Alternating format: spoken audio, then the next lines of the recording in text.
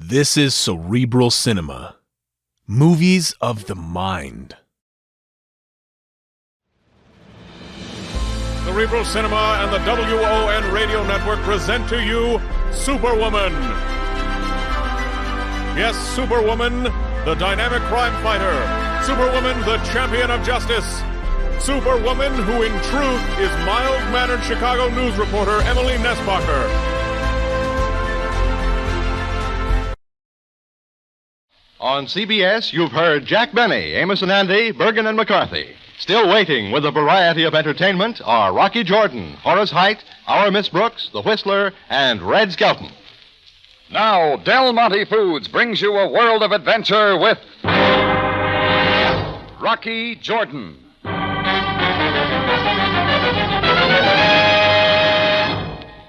I got to thinking how trouble always finds its way to my tambourine. Whether it walks in on nylons or soft oriental slippers or the dusty feet of a beggar. And this time the guy who brought it was as innocent as a day-old camel. He was the mailman. He didn't know when he handed me the mail he was giving me murder, sealed in a white envelope.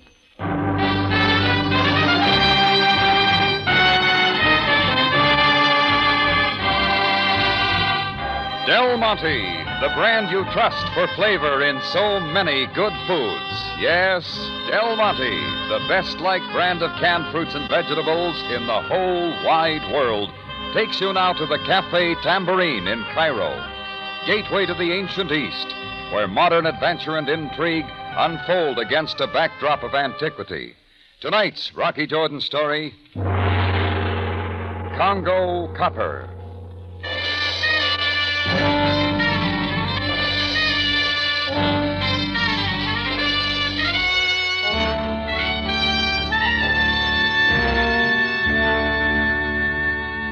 It started off with the usual morning mail delivery to the tambourine.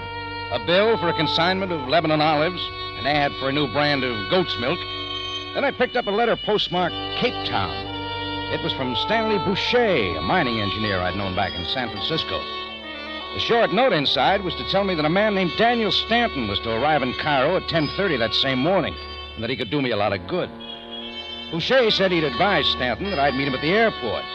Well, it was already 10, and the Cairo airport's a good drive north and across the Nile, but I made it as soon as I could. As I parked, I saw a big plane of an African line taxiing away from the gate. The men had already landed and unloaded. I went inside and over to the information desk. May I help you, sir? Yes, I was to meet a Daniel Stanton here. His plane just arrived. You are Mr. Rocky Jordan? Yeah, that's right. Mr. Stanton left word that he would be waiting in the cocktail lounge. Oh, thanks. Hey, Rocky, over here. He got up from where he was seated in a side booth with a real blonde doll who did plenty to decorate the place and came over to meet me. But the man was the surprise. Not anybody named Daniel Stanton, but my engineer friend who'd written the letter from Cape Town, Stanley Boucher. Rocky, boy, you son of a gun. I was beginning to wonder if you got my letter. It just came, Stan, but I didn't expect to see you here. Oh, come on, I want you to meet the wife. Frida, my old friend Rocky Jordan. Hello, Frida. Well, so this is Rocky Jordan. By golly, you haven't changed a bit, Rocky. I'm sure glad to see you. And so am I. Now, when do I meet Daniel Stanton? Oh, that. Forget it. Or is that your name now? Huh? Why the switch? I'm still Stan Boucher to you, Rocky boy. And we've sure got things to talk about. Come on, let's go to my hotel. I'll tell you all about it and just how you fit.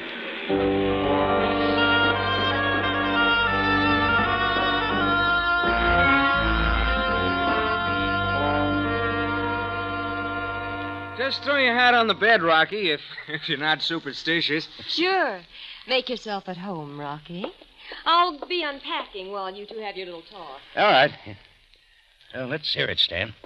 Rocky, now things have happened to me since I saw you last. Yeah, I've been noticing. No, not just the wife. It's copper. I did it, boy, in the Belgian Congo near Congolo, a copper strike, and a good one. Every bit mine. Well, it's what you always wanted. But how do I fit with copper? I want you to go down and work the mine for me. I'll cut you in for a third.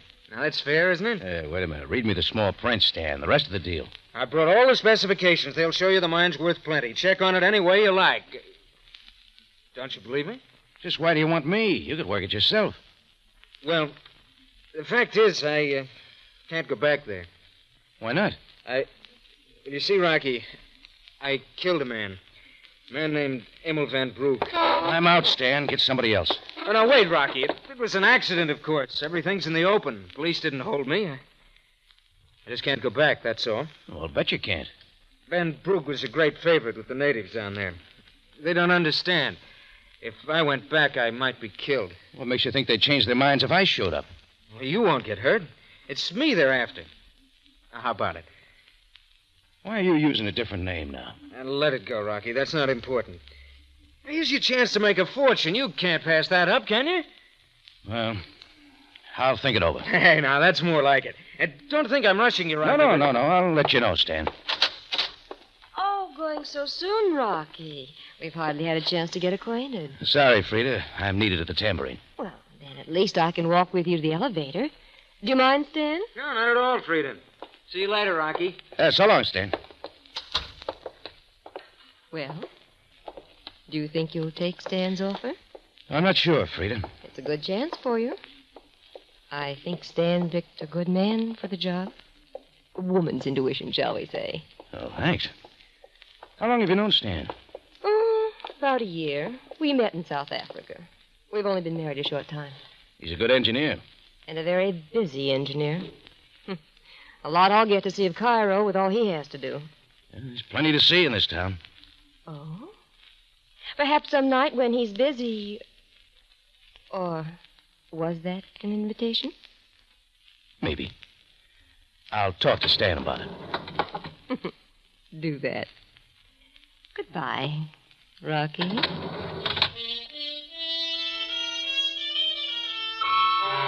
I rode the elevator down to the main floor and stepped out through the lobby. The way to the door took me past the desk, and a voice I heard there stopped me. Mr. Daniel Stanton. One moment, Effendi. I will see. Standing at the desk was a big red-faced guy, and with him somebody I took to be his servant. European dress, but the dark, powerful type that comes from Central Africa. Yes, here we are. Mr. Stanton and his wife arrived a short while ago. Room 415. Here's my card. Tell Stanton I'm on my way up. Come along, Jethro.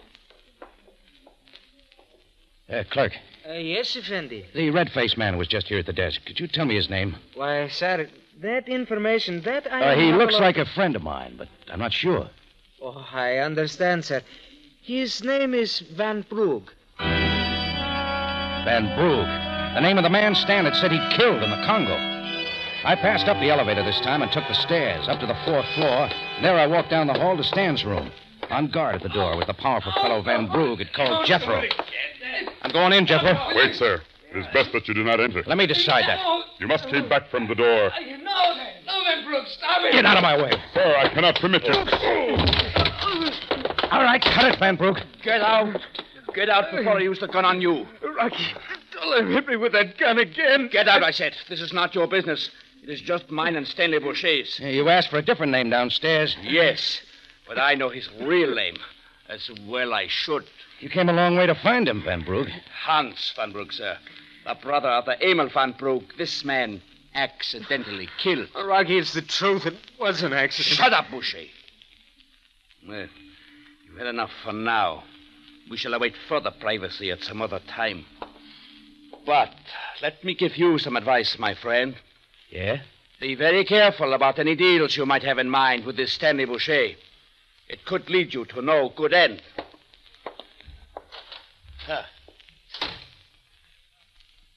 Thanks, Rocky. Thanks. You better tell me what this is all about now, Stan. I figure it has something to do with Van Broek and the copper mine. Nothing to do with our deal, Rocky. Come on, Stan. Let's have it. It's just something between me and him, like he says, private. Where's Frida? Downstairs in the lounge. I sent her there. Okay, we'll see what she says.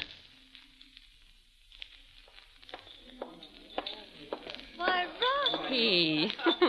I didn't hope to see you again so soon. Sit down. I think I will. Oh, why so serious? Frida, did you know Hans van Broek was on his way up to see Stan? I knew it. Did you know what would happen when he got there? That wouldn't be hard to guess. It's one of those things. After all, Stan killed a man, didn't he? Accidentally, of course. You don't think much of him, do you, Frida? Stan's been around enough to take care of himself. Why should I worry? He still won't tell me what it's all about. Then why bother about it? Anyway, I'd much rather talk about something else. What? Oh, the copper mine. You've decided to take Stan's offer? No, not yet. I think you will.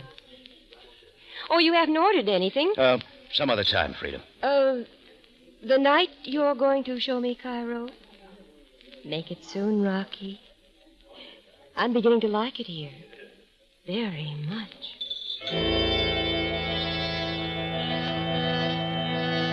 I bowed out and got to my car. And I did a lot of thinking as I drove across Cairo. Sure, the idea of a share in a rich copper mine had me interested, but I wasn't sure what came with it. Well, if Stan and the blonde doll he had for a wife wouldn't tell me, I'd have to get it someplace else. That took me to police headquarters for a talk with Captain Sam Sabaya. Well, come in, Jordan. What can I do for you? I'd like for you to find out something for me, Sam. If I can. Contact the police in Congolo, in the Belgian Congo. And for what purpose, Jordan? Get the real story about what went on between Stanley Boucher and a man named Van Brugge. As a matter of fact, I have already done so. You've got a report, Sam? How come? Jordan, whenever persons come into Cairo under obviously assumed names, it is my task to know about them. What do they say about the killing? Accidental, or so the records say. Could Stan actually own a copper mine in the Congo? He does. Should that surprise you so much? A little. But there's no proof about the killing. No. Yet the feeling exists that it was anything but accidental. Somebody in Cairo agrees. Van Brugge's brother. And I will tell you that this man who calls himself Hans Van Brugge is lying. The Van Brugge who is dead had no brother. And who is he? His identity is being traced. But now, Jordan... Oh, I can't tell you anything, Sam. Stan's just an old friend, that's all. Indeed. These men, both under assumed names, have been in Cairo less than 4 hours, and I find you already involved. It's not like that, Sam. I just wanted to know. You know now that it is not a vendetta for murder such as you've been led to think, but something quite different. That much should warn you, Jordan, to extricate yourself from this affair at once, before it is too late.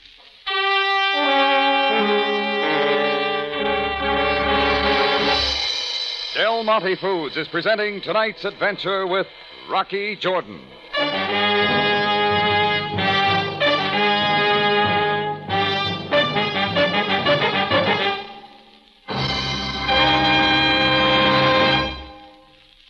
What's the difference between a plain, everyday dinner and a special dinner? Lots of women say it's as simple as serving Del Monte fruit cocktail to start things off. There's nothing quite like its sparkling color and luscious flavor to begin a meal in style. I'll be the first to agree with that, Larry. But don't stop there. Remember, Del Monte fruit cocktail makes marvelous salads and desserts, too. Right you are. And once you find out how many ways Del Monte fruit cocktail can help you, you'll want to keep it handy all the time. It's so quick and easy. Mellow peaches and fragrant pears are already cut and mixed with sunny pineapple tidbits, juicy grapes, and scarlet cherry halves.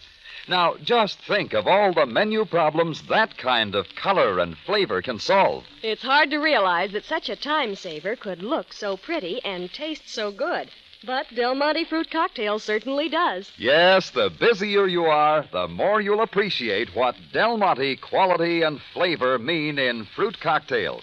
So why not try Del Monte fruit cocktail tomorrow?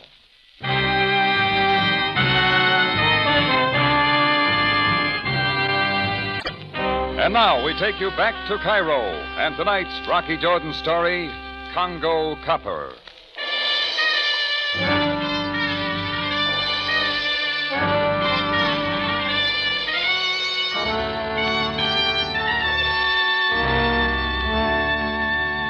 So Stanley Boucher actually did own a copper mine in the Congo.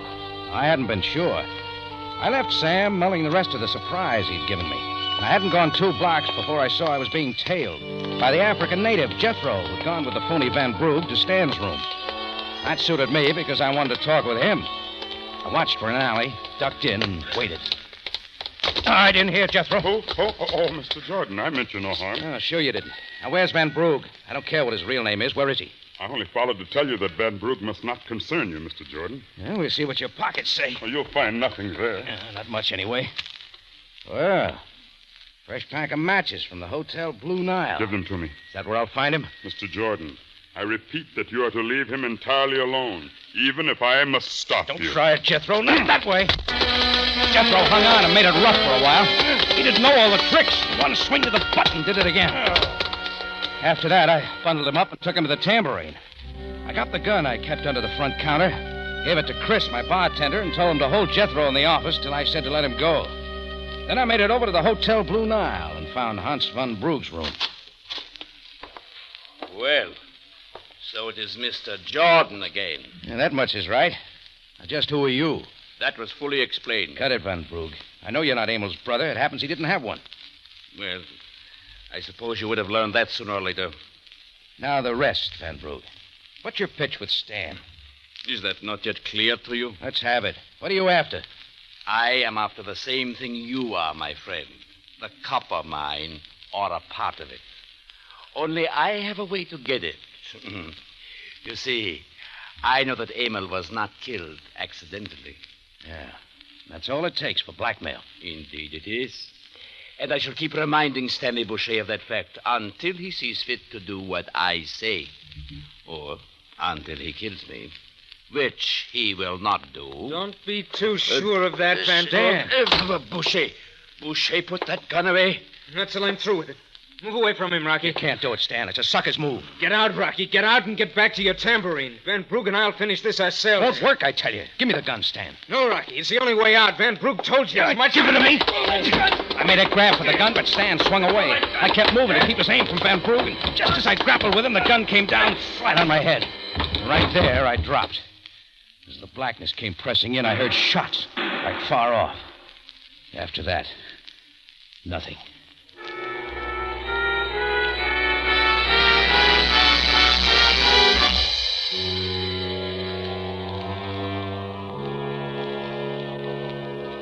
I came out of it slowly. When the room stopped whirling and settled down, I saw the figure slumped against the far wall. Only not that of Van Broek.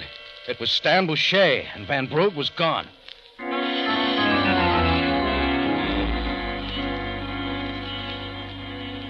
Well, there was a lot of activity after that, and it all led to headquarters. Sam had Frida brought in and grilled us for a while, but there didn't seem much more to tell.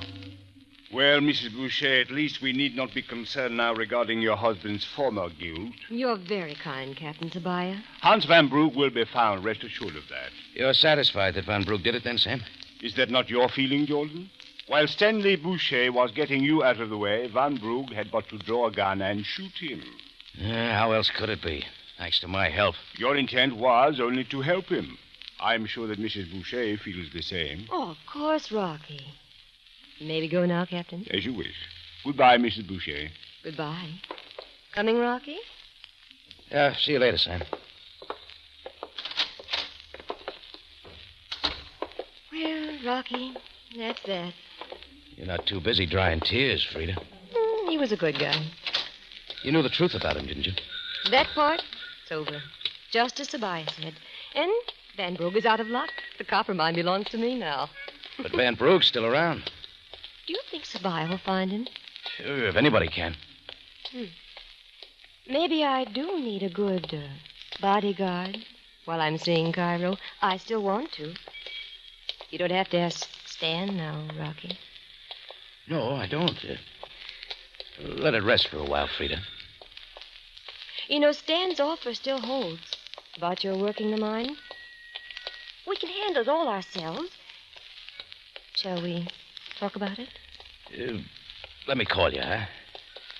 Right now, I got some thinking to do. I put Frida in a taxi and drove back to the tambourine.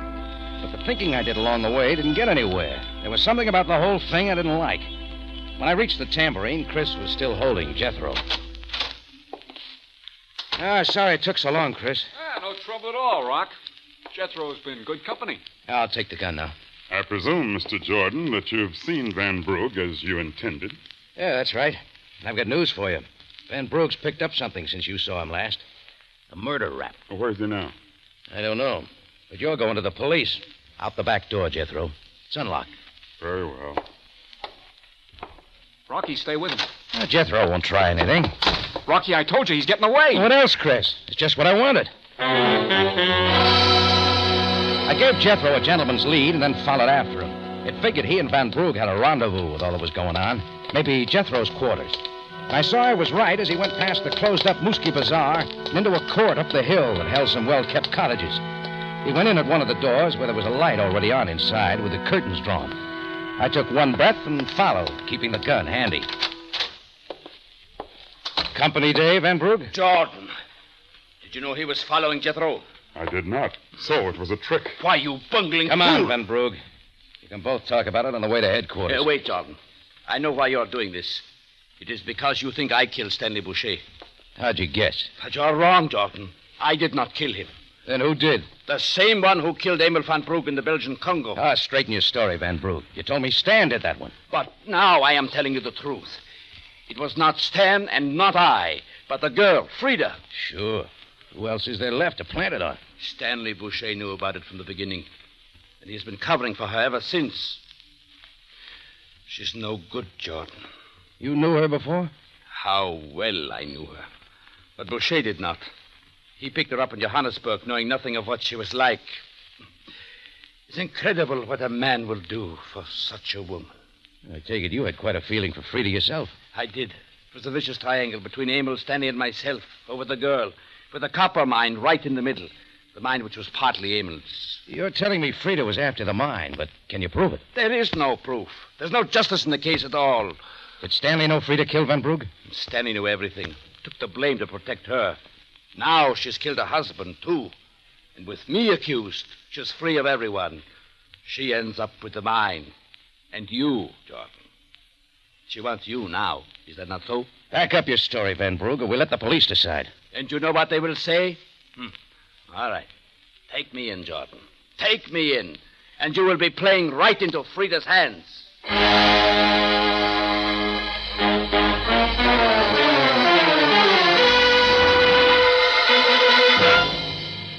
In just a moment, Rocky Jordan returns to conclude tonight's story.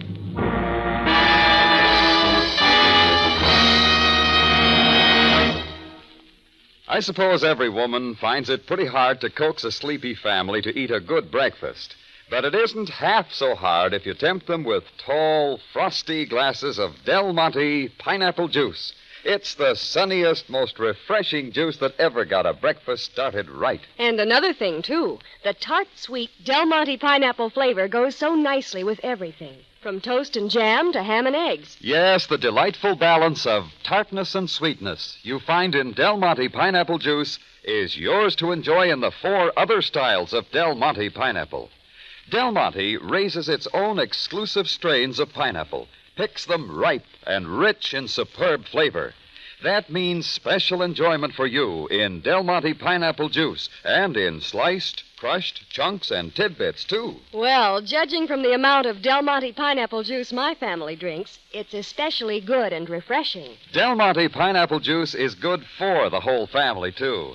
Buy several cans today. Refresh yourself often. Back now to Rocky Jordan for the conclusion of tonight's story.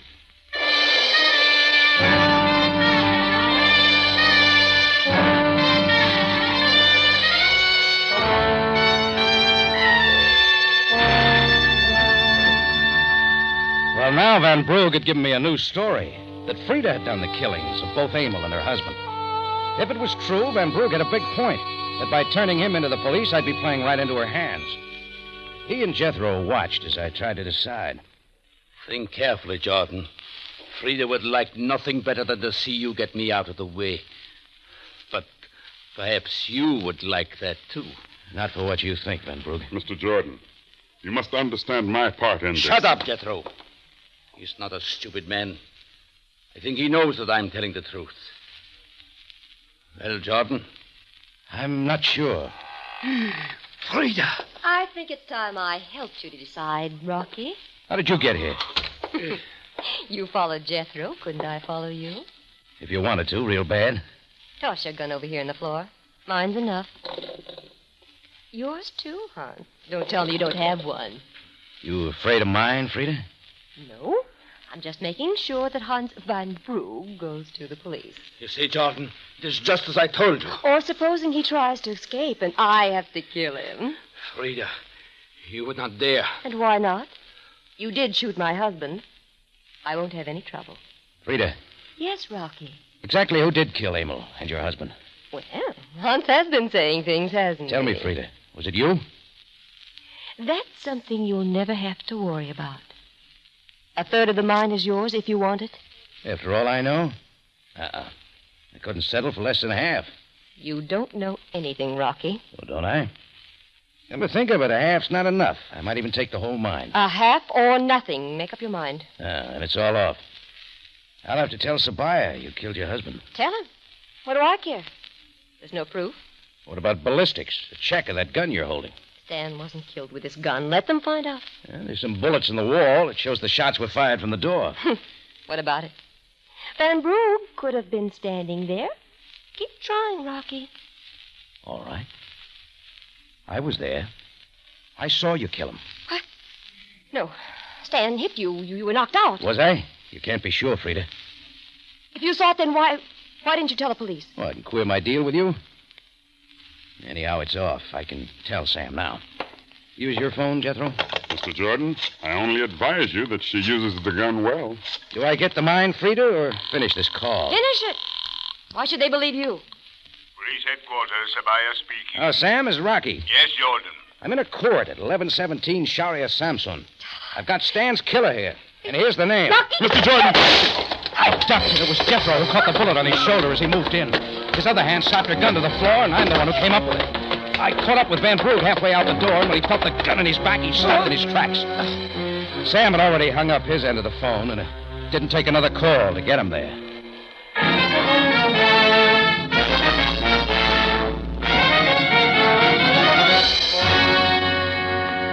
After Frida and Van Brugh had been put away, Sam and I went to the hospital where Jethro wasn't much the worse for his shoulder wound.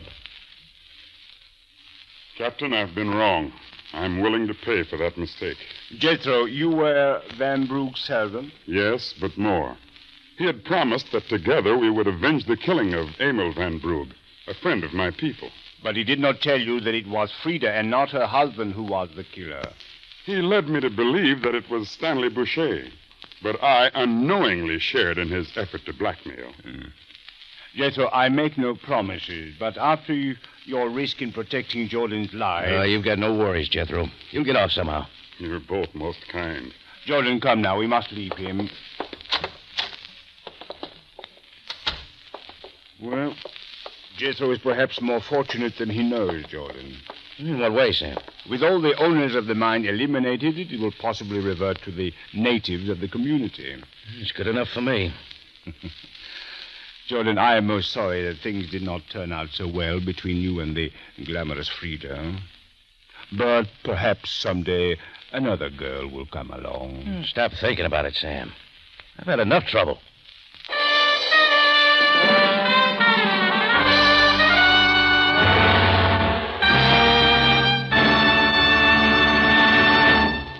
For superb flavor, for dependable quality always, enjoy Del Monte fruits and vegetables.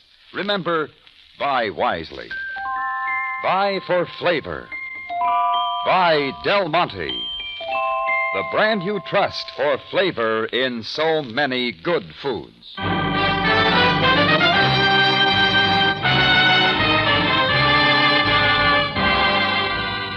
Rocky Jordan, written by Gomer Cool and Larry Roman, stars Jack Moyles in the title role with Jay Novello as Sam Sabaya, and is produced and directed by Cliff Howell, with original music composed and conducted by Richard Arrunt. Remember, you have a date next week at the Cafe Tambourine, run by Rocky Jordan. Same time, same station. And the story is The Beggar of Ferrar.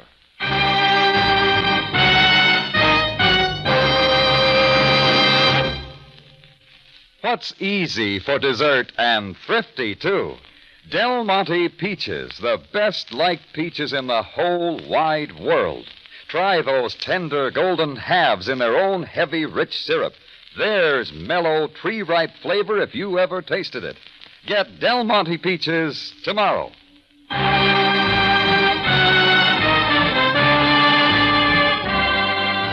Larry Thor speaking. Rocky Jordan is presented over CBS, the Columbia Broadcasting System.